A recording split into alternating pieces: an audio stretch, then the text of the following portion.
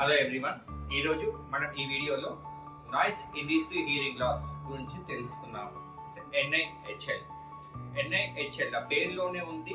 Noise వల్ల మనకు వినికిడి లాస్ వచ్చినట్లయితే దానిని మనము నాయిస్ ఇండ్యూస్డ్ హియరింగ్ లాస్ అని అంటాము. సో నాయిస్ అనేది మనం బేసికల్గా డే టు డే లైఫ్లో మనం ఎక్స్పోజ్ అయ్యే నాయిస్ వచ్చేసి ట్రాఫిక్ నాయిస్. సో ఈ ట్రాఫిక్ నాయిస్లో మనం over a period of time like 6 to 8 hours per day మనం over a period of years మనం ఎక్స్పోజ్ అవుతున్నాము అంటే మనకు హీరింగ్ లాస్ వచ్చే ఛాన్స్ అనేది ఉంటుంది.